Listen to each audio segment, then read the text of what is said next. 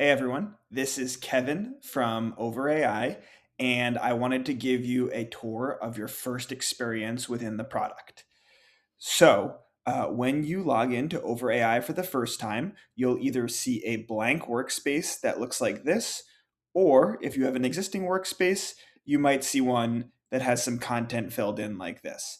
But for now, let's start with the blank workspace example. So you land on this page and you have two paths on how you can proceed. You can either start creating your applications from the bottom up through these existing features within OpenAI. Things like automations that run headlessly and do not require a user interface for you to actually make changes. Web pages, printable pages, functions which work behind the scenes um, to make sure that your different applications can share the same functionality. And down the line we go. That method requires a little bit more knowledge. My preferred method is to start with the architect.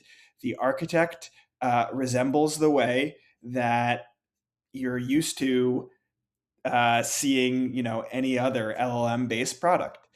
It just allows you to type in your hopes and dreams and um, and kind of see what comes out.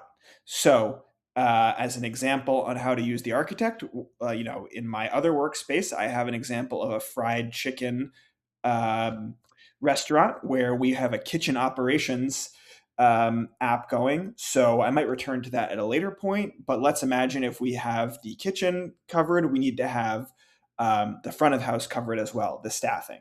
So I might say, I am building a project to ensure that my front house at the restaurant is staffed for my dinner shift, 5 p.m. to 11 p.m. You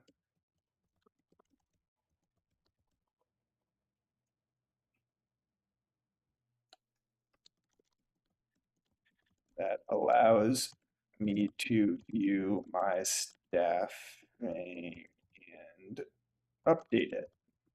There we go.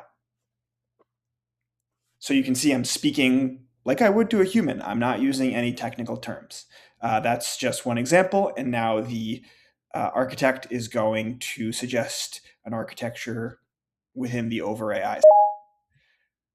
Uh, yeah, and in a future video, we'll cover best practices and kind of different ways to use the architect. But I just wanted to start there for your first experience. See you soon.